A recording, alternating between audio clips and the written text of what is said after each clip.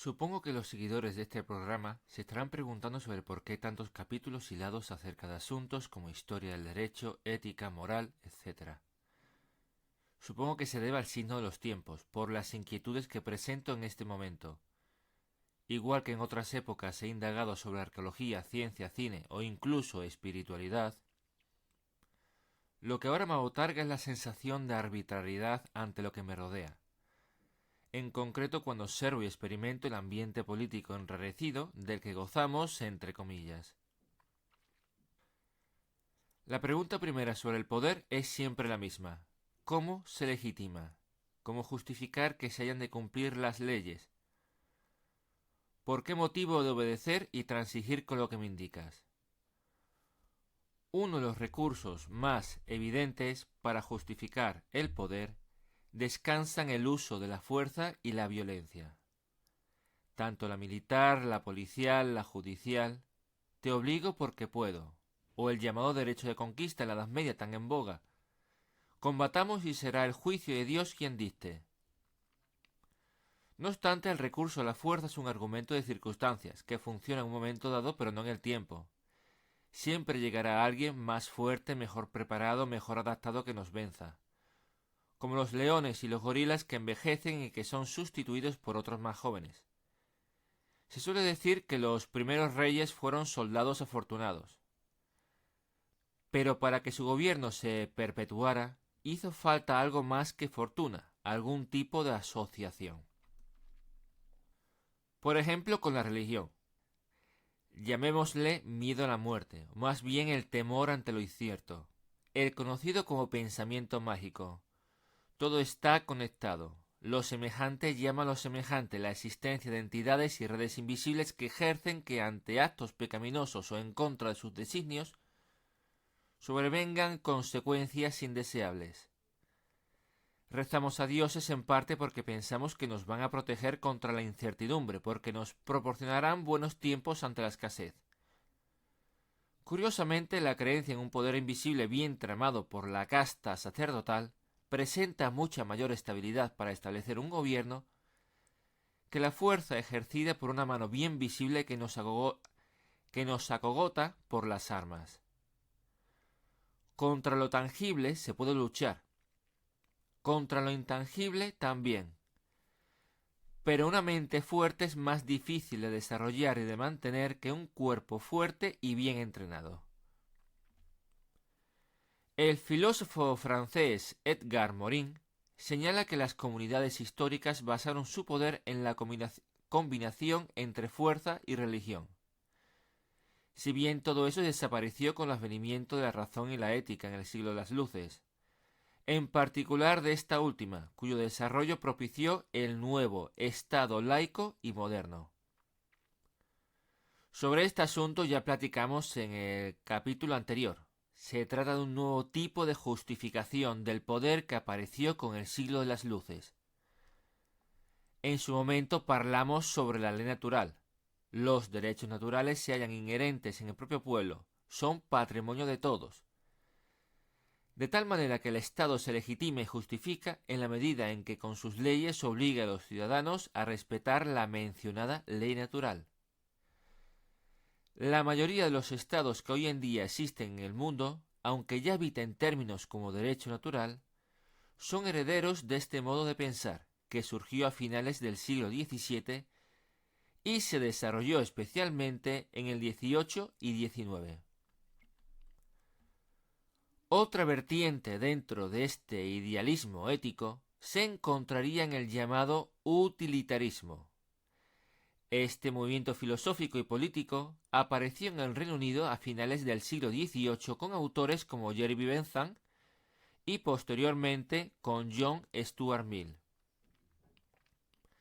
En principio, el utilitarismo es más pragmático que el iusnaturalismo. A los utilitaristas no les hace falta el derecho natural. Se justifican a sí mismos argumentando que la razón de las leyes y las instituciones del Estado ha de ser perseguir la felicidad para el mayor número posible de personas. En este contexto, la justificación de utilitarismo acoge matices kantianos. el utilitarismo se legitima de manera lógica, puesto que todos queremos que el mayor número de personas sea feliz. En definitiva, ya sea por medio de los derechos naturales o de la felicidad, el Estado se sustenta sobre el denominado bien común, siendo los políticos de dicho Estado los encargados de marcar y de salvaguardar en qué consiste el bien común. Ahora bien, el problema de las justificaciones éticas, tanto aquellas relativas a la ley natural como al utilitarismo, es que resultan tan universales que acaban contradiciéndose a sí mismas. Ya hablamos en un capítulo anterior del imperativo categórico kantiano. Actúa de tal modo que quieras que se convierta en ley universal. Resulta tan lógico que parece imposible de contradecir. Pero sin embargo se puede, porque es posible que lo que dos personas deseen que se convierta en ley universal no sea lo mismo e incluso se contradiga y se oponga. Algo similar ocurre con las justificaciones éticas. Trabajan sobre conceptos muy grandes como libertad, propiedad, vida, felicidad, pueblo, humanidad, dignidad, amor. Conceptos muy grandes, maravillosos y brillantes. Se basan en la lógica de que como todos deseamos paz, armonía, felicidad, han de ser conceptos naturales en los que se ha de basar un gobierno ético. Pero, repito, son ideales demasiado imprecisos como para resultar victoriosos. Por ejemplo, con respecto al derecho a la vida. Dentro del derecho a la vida puede caber su extensión hacia la prohibición del aborto o la concesión hacia el animalismo más radical de que comer carne es asesinato, o por contra su acotación hacia posturas como que el derecho a la vida digna debe venir acompañado de la muerte digna. En definitivas cuentas, los grandes conceptos son tan enormes que probablemente sea cierto que todas las personas los deseen y los codicien, pero ninguna de un modo absolutamente igual a otra, tal que dentro del rango de las interpretaciones de las grandes ideas, siempre habrá al menos dos posturas, enfrentadas, si no infinitas. Por contra, las leyes, para que funcionen tal como los sistemas éticos, han de ser coherentes, concretas, comprensibles, así como no han de contradecirse entre sí. Por ello, si sumamos 2 y 2, se llega a la conclusión lógica de que cuando una facción política crea una ley con el fin de perseguir un objetivo ético como la libertad, la vida, la felicidad, etc., lo que produce es ideología, en el sentido de que está marcando un rumbo que favorece a unos, pero que no tiene en cuenta o perjudica a todos los demás que no comparten el mismo criterio sobre dicho gran ideal. Al final acaba siendo un movimiento maniqueo, una historia donde se divide al mundo en buenos y malos, entre los que se muestran acordes y los que no, generando una enorme injusticia y limitación coercitiva de las potencialidades de las personas, a pesar de estar defendiendo los grandes conceptos para el conjunto de la humanidad. El economista italiano Carlo Maria Cipolla lo expuso muy bien cuando llamó estupidez a la actitud de aquellos individuos que, pensando que hacen lo correcto, provocan más mal que bien. Más políticamente correcto es referenciar de nuevo a Edgar Morin, que introdujo el concepto de ecología de acción, por el cual ninguna persona es capaz de predecir las consecuencias de sus actos, tal que tratando de actuar correctamente es probable que se acabe consiguiendo lo contrario de lo que se pretende lograr. Pero la cuestión no es que probablemente se acabe haciendo mal, sino que con seguridad se va a terminar provocando circunstancias dañinas. Cuando se hace ideología, por mucho que se pretenda buscar un bien universal, se terminará perjudicando a un porcentaje tendente a la mitad de la población.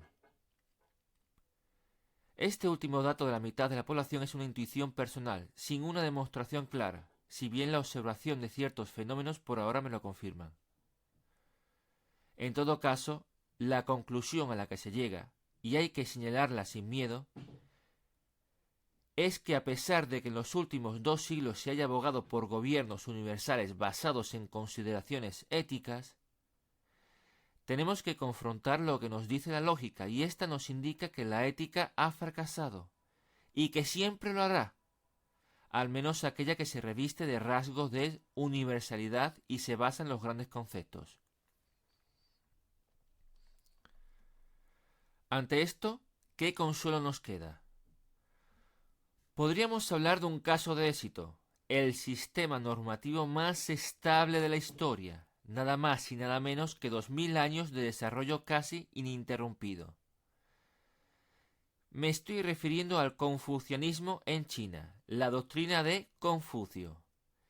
El ideal era simple, hacer de la tradición la ley, y la tradición marcaba una división en castas o clases sociales, insoslayables, el respeto a las autoridades con la figura del emperador en lo más alto, el cumplimiento de los ritos que el culto exige, el respeto a los ancianos, el amor por el trabajo bien hecho, etc. Siguiendo a Morin, el confucianismo podría comprenderse como un desarrollo de corte histórico, mezcla de fuerza y religión. Sin embargo, cabe reconocer algo más, un pegamento, un cemento que lo mantenía todo unido, sin apenas rebeliones por parte de las clases bajas, como por contra no dejaba de suceder en Occidente. Y ese pegamento no era otro que la propia tradición, los usos y costumbres. Cuando introduzco lo de usos y costumbres no me refiero a los fueros medievales de las distintas ciudades y reinos que los reyes habían de respetar, sino a los reglamentos de la moral tradicional, a los preceptos que no están escritos en ninguna parte, pero que todos seguimos. El llamado derecho consuetudinario, en oposición al derecho positivo, que por contra es aquel que está escrito. En definitiva, a la manera de actuar que se siguen porque así se ha hecho siempre. Volviendo con el confucianismo, la clave de su éxito hay que reconocerla en la costumbre. Uno debe cumplir con preceptos morales y éticos no porque sea correcto, sino porque así se ha hecho siempre.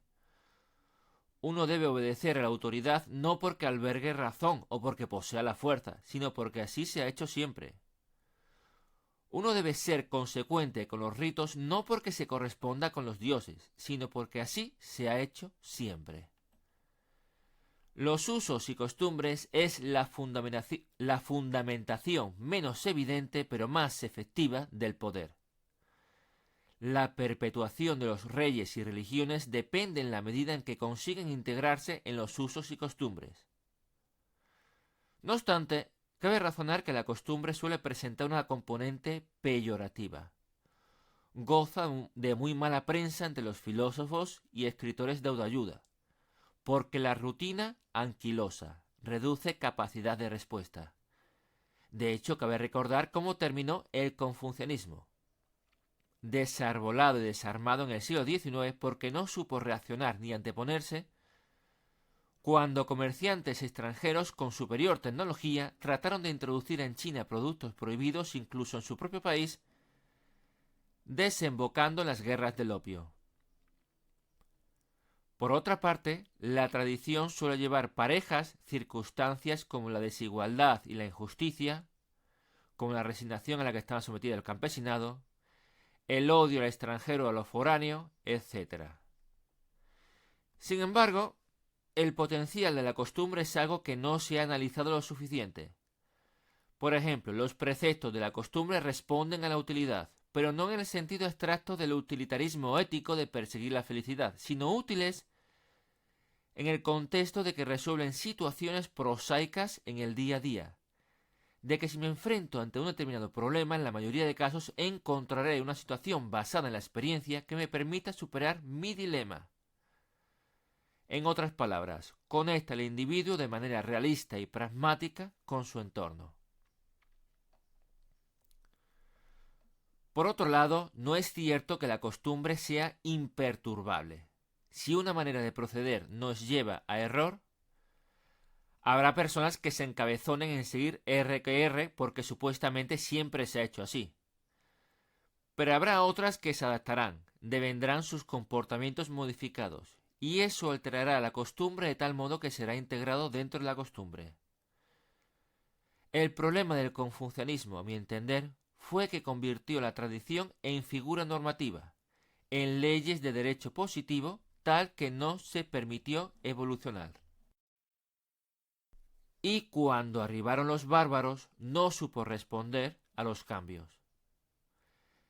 Pero la cuestión podría consistir en que la costumbre a lo mejor no debe basarse en la tradición, sino en el pragmatismo, en el resolver nuestras acciones del día a día, de tal manera que se regenere continuamente. Asimismo, como se ha visto, imponer los valores éticos desde arriba no funciona. Pero si los grandes ideales se convierten en fuentes de error cotidianas, esto es, en motivos que las personas vean como que algo no va bien en sus vidas, se conseguirá que cuando la costumbre evolucione lo haga ateniéndose a los maravillosos y resplandecientes conceptos. Planteémoslo del siguiente modo. Si los usos y costumbres del derecho consuetudinario producen circunstancias negativas, quiere decir que esos usos fallan y habrá que adoptar otros. Pero si las leyes basadas en la persecución de grandes ideales nos dirigen a eventos fatales, la culpa no es de las leyes, puesto que se fundamenta en las grandes y esplendorosas ideas, sino en las personas que fallan o no se comprometen a la hora de cumplirlas. O esa es la excusa a la que se suele achacar los grandes fracasos. Quizás haya que comenzar a pensar de otro modo, no imponer los grandes ideales desde arriba, sino perseguirlos desde abajo a través de éticas individuales que al contrastarse en comunidad concuerden en los grandes valores, de tal modo que las leyes no han de plasmar una única manera de comprender los grandes ideales, tal que resulte coercitiva y que produzca arbitrariedad, sino preparar el terreno donde cada cual conciba de manera personal sus propios valores que concilien el día a día con los grandes ideales. Finalizo diciendo que Edgar Morin propone las éticas complejas, como sistemas morales que concilian la individualidad con el colectivo y con el sistema mundo.